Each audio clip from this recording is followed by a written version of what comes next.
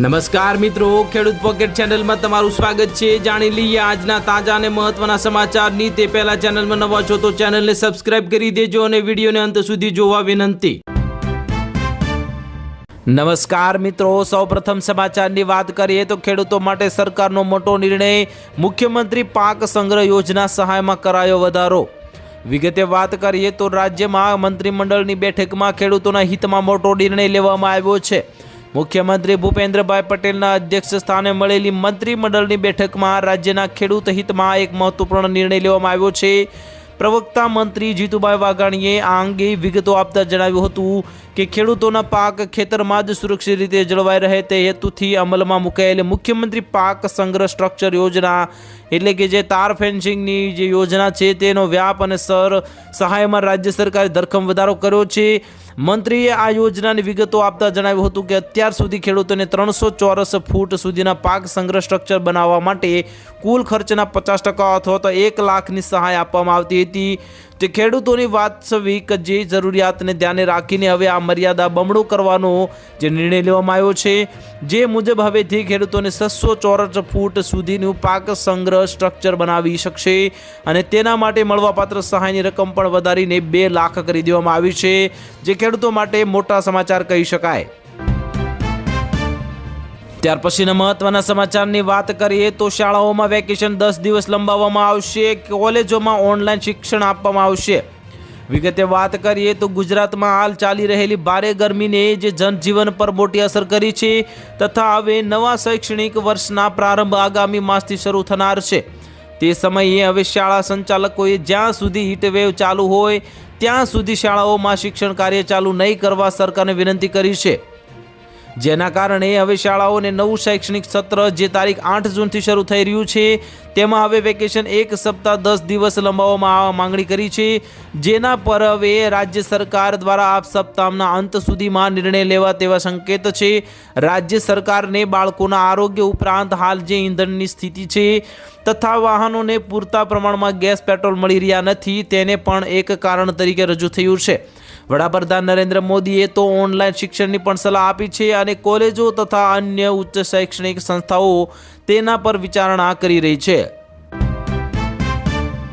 ત્યાર પછીના મહત્વના સમાચારની વાત કરીએ તો નવું સિમ પણ મફત આપવામાં આવશે। BSNLની સૌથી સસ્તી ઓફર લોન્ચ કરવામાં આવી। વિગતે વાત કરીએ તો ભારતીય ટેલિકોમ સેક્ટરમાં ખાનગી કંપનીઓની દાદાગીરી અને મોંઘા થતા જતા રિચાર્જ પ્લાન વચ્ચે સરકારી ટેલિકોમ કંપની BSNL એટલે કે ભારત સંચાર નિગમ લિમિટેડે ગ્રાહકોના હિતમાં એક બહુ મોટો ધડાકો કર્યો છે। પોતાના યુઝર બેઝને ઝડપથી વધારવા અને રિલાયન્સ જીઓ જેવી દિગ્ગજ કંપનીને સીધી ટક્કર આપવા માટે BSNLે અત્યાર સુધીનો સૌથી સસ્તો પ્રીપેડ પ્લાન બજારમાં ઉતાર્યો છે। કંપનીએ માત્ર ₹51માં એક નવો સ્માર્ટ સ્ટાર્ટ પ્લાન લોન્ચ કર્યો છે, જે સામાન્ય અને મધ્યમ વર્ગના લોકો માટે વરદાન સાબિત થઈ શકે છે। આ નવા પ્રીપેડ પ્લાન હેઠળ ગ્રાહકોને 28 દિવસની લાંબી વેલિડિટી સાથે દરરોજ 2 GB high speed data, unlimited voice calling અને રોજ 100 SMS બિલકુલ મફત આપવામાં આવી રહ્યા છે। મિત્રો, આટલું જ નહીં, જે ગ્રાહકોને હવે આ ઓફર હેઠળ નવું કનેક્શન લેશે તેમને સિમ કાર્ડ માટે કોઈ પણ વધારાનો ચાર્જ ચૂકવવો નહીં પડે, એટલે કે નવું સિમ કાર્ડ પણ સંપૂર્ણપણે મફત આપવામાં આવશે। ત્યાર પછીના મહત્વના સમાચારની વાત કરીએ તો હવામાનમાં ફેરફાર, 3 દિવસ સુધી ભારે તોફાન અને વરસાદની ચેતવણી। વિગતે વાત કરીએ તો IMD મુજબ મધ્ય ઉત્તર પ્રદેશ અને તેની આસપાસના વિસ્તારોમાં ચક્રવાતી વાવાઝોડું ચાલુ છે। એક જે ચક્રવાતી વાવાઝોડું ઉત્તર પશ્ચિમ ઉત્તર પ્રદેશથી દક્ષિણ દરિયાકાંઠાના ઓડિશા સુધી, મધ્ય ઉત્તર પ્રદેશ, ઉત્તર પૂર્વ મધ્ય પ્રદેશ અને ઉત્તર પશ્ચિમ ઓડિશા પર ફેલાયેલું છે। મિત્રો, આ જે રોજ ઉત્તર પશ્ચિમ ભારતમાં એક નવું પશ્ચિમી વિક્ષોભ આવવાની ધારણા છે। IMD મુજબ 28 થી 30 મે દરમિયાન ઉત્તર પશ્ચિમ ભારત, મધ્ય ભારત અને પૂર્વ ભારતમાં 70 કિલોમીટર પ્રતિ કલાકની ઝડપે પવન ફૂંકાવાની સાથે ભારે વાવાઝોડાની આગાહી છે। 29 મે સુધી ઉત્તર પૂર્વ અને તેની આસપાસના પૂર્વ ભારત અને દક્ષિણ ભારતમાં ભારેથી અતિ ભારે વરસાદની આગાહી છે। આ હવામાન ચોમાસાના પ્રવેશ અને પશ્ચિમી વિક્ષેપને કારણે મોટી અસર કરશે। ત્યાર પછીના મહત્વના સમાચારની વાત કરીએ તો ભારત સહિત 13 દેશોમાં એલર્ટ, ભારતની મુશ્કેલીમાં વધારો થયો। વિગતે વાત કરીએ તો આફ્રિકામાં ઇબોલા વાયરસનો પ્રકોપ ખૂબ જ ઝડપથી વધી રહ્યો છે। મિત્રો, વર્લ્ડ હેલ્થ ઓર્ગેનાઇઝેશનના આજે જણાવ્યા અનુસાર અત્યાર સુધીમાં 900થી વધુ શંકાસ્પદ કેસ સામે આવ્યા છે। જી હા મિત્રો, 900થી વધુ શંકાસ્પદ કેસ સામે આવ્યા છે, જ્યારે 223 લોકોના કરુણ મોતના અહેવાલ છે। સૌથી ગંભીર સ્થિતિ કોંગોમાં સર્જાઈ છે, જ્યાં 112 સંક્રમિત અને 11 દર્દીઓના મોતની પુષ્ટિ થઈ ગઈ છે। આ ઉપરાંત પાડોશી દેશ યુગાન્ડામાં પણ ચેપ ફેલાઈ રહ્યો છે, જ્યાં અત્યાર સુધીમાં 8 દર્દીઓ અને 1 વ્યક્તિના મોતની પુષ્ટિ થઈ છે। ભારત સરકારે આ ખતરાને જોતા તકેદારીના ભાગરૂપે કડક ગાઈડલાઈન જાહેર કરી છે। કોંગો અને યુગાન્ડાથી આવતી ફ્લાઇટ્સ પર કોવિડ જેવા જ પ્રોટોકોલ લાગુ કરવામાં આવ્યા છે। એરપોર્ટ પર થર્મલ સ્ક્રીનિંગ અને શંકાસ્પદ મુસાફરોને પ્લેનમાં અલગ બેસાડવાના નિયમો લાગુ કરાયા છે। સાથે જ વેલ એડવાઇઝરી જાહેર કરીને સરકારે નાગરિકોને આગામી સૂચના સુધી democratic Republic of Congo, Uganda અને દક્ષિણ સુદાનની યાત્રા ન કરવાની સલાહ આપી છે। ત્યાર પછીના મહત્વના સમાચારની વાત કરીએ તો બેંક ગ્રાહકો માટે લોટરી, એટીએમમાંથી કેશ નહીં નીકળે તો મેસેજ, દરરોજ મળશે ₹100નું વળતર। વિગતે વાત કરીએ તો જો તમે બેંક લોનની માસિક ચૂકવણી ભરો છો, રોકડ ઉપાડવા માટે એટીએમનો ઉપયોગ કરો છો તો અથવા તમારા મોબાઈલ દ્વારા ડિજિટલ બેન્કિંગ કે ઓનલાઈન આર્થિક વ્યવહાર કરો છો તો આ સમાચાર તમારા માટે ખૂબ જ મહત્વના છે। બદલાતા જ સમય સાથે વધી રહેલી ડિજિટલ છેતરપિંડી રોકવા, ગ્રાહકોના અધિકારોને વધુ મજબૂત કરવા અને બેન્કિંગ પ્રક્રિયાને વધુ પારદર્શક બનાવવા માટે ભારતીય રિઝર્વ બેંક એટલે કે આરબીઆઈ વર્ષ 2026માં કેટલાક નિયમોમાં મોટા અને કડક ફેરફારો કર્યા છે। આ લોનના પ્રીપેમેન્ટ અથવા તો ફોરક્લોઝર ચાર્જ નાબૂદ કરવાથી લઈને એટીએમમાંથી પૈસા ન નીકળવા પર મળતા વળતર સુધીના અનેક એવા નિયમો આવ્યા છે, જેની માહિતી દરેક સામાન્ય બેંક ખાતાધારક પાસે હોવી જરૂરી છે। તો મિત્રો, આરબીઆઈના એવા પણ 5 મોટા ફેરફાર કરવામાં આવ્યા છે, જે તમારી બેન્કિંગ સફરને વધુ સુરક્ષિત અને સરળ અને આર્થિક રીતે ફાયદાકારક બનાવી રહ્યા છે। ત્યાર પછીના મહત્વના સમાચારની વાત કરીએ તો 13 દિવસમાં 4 વખત ભાવ વધારા સાથે પેટ્રોલ ₹8 સુધી મોંઘું થયું। વિગતે વાત કરીએ તો દેશભરમાં પેટ્રોલ અને ડીઝલની કિંમતોમાં થઈ રહેલો સતત વધારો હવે સામાન્ય નાગરિકો અને મધ્યમ વર્ગ માટે અસહ્ય બની રહ્યો છે। વૈશ્વિક સ્તરે ક્રૂડ ઓઇલની બજારમાં સર્જાયેલી અસ્થિરતા વચ્ચે આજે ગુરુવારે 28 મે 2026ના રોજ પણ જે દેશના મોટાભાગના મહાનગરોમાં ઈંધણના ભાવો ઉચ્ચ સપાટી પર યથાવત રહ્યા છે। સરકારી અને ખાનગી તેલ કંપનીઓએ છેલ્લા ગણતરીના 13 દિવસમાં જ અનેક વખત ભાવ સુધારો કરીને સામાન્ય જનતા પર આર્થિક બોજ ઝીંકી દીધો છે।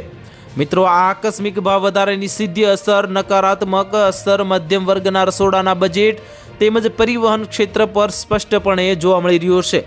બજારના નિષ્ણાંતો મતે હવે મધ્ય પૂર્વમાં લાંબા સમયથી ચાલી રહેલો ભૌગોલિક રાજકીય તણાવ અને આંતરરાષ્ટ્રીય દરિયાઈ માર્ગો પર સર્જાયેલી સુરક્ષા કટોકટી આ ભડકા માટે મુખ્યત્વે જવાબદાર છે। મિત્રો, ત્યાર પછીના મહત્વના સમાચારની વાત કરીએ તો ગુજરાતમાં ઇબોલાનો પહેલો શંકાસ્પદ કેસ નોંધાયો। ગુજરાત આરોગ્ય વિભાગ સતર્ક થઈ ગયું। વિગતે વાત કરીએ તો આફ્રિકાના યુગાન્ડા, કોંગો અને સાઉથ સુદાનમાં ઇબોલા વાયરસના કેસ વધતા અમદાવાદ મ્યુનિસિપલ કોર્પોરેશનના આરોગ્ય વિભાગે તકેદારીના પગલાં ભરવાના શરૂ કર્યા છે। ત્યારે વડોદરાની એક વ્યક્તિને શંકાસ્પદ લક્ષણોને કારણે અમદાવાદ સિવિલ હોસ્પિટલમાં દાખલ કરવામાં આવ્યો છે। તેના સેમ્પલ લેબોરેટરીમાં તપાસ માટે મોકલવામાં આવ્યા છે। છેલ્લા કેટલાક દિવસોમાં યુગાન્ડાથી અમદાવાદમાં આવેલા 11 વ્યક્તિઓને હોમ આઇસોલેશનમાં રાખવામાં આવ્યા છે। આમાંથી 10 થલતેજ અને 1 જોધપુર વિસ્તારના છે। અધિકારીઓએ જણાવ્યું છે કે આ તમામ વ્યક્તિઓમાં કોઈ લક્ષણો નથી અને તેઓ પોઝિટિવ કેસના સંપર્કમાં પણ નથી આવ્યા। આ ત્રણેય દેશોમાંથી આવતા મુસાફરોને ફરજિયાત હોમ આઇસોલેશનમાં રાખવામાં આવશે। એસવીપી હોસ્પિટલમાં શંકાસ્પદ દર્દીઓ માટે 60 બેડનો અલગ વોર્ડ તૈયાર કરવામાં આવ્યો છે। અમદાવાદ સિવિલ હોસ્પિટલમાં પણ આઇસોલેશન વ્યવસ્થા મજબૂત કરવામાં આવી છે। ત્યાર પછીના મહત્વના સમાચારની વાત કરીએ તો સહકારી યોજનામાં હવે દર મહિને મહિલાઓને મળશે ₹3000। વિગતે વાત કરીએ તો પશ્ચિમ બંગાળ સરકારે મહિલાઓ માટે નવી અન્નપૂર્ણા યોજના શરૂ કરી છે।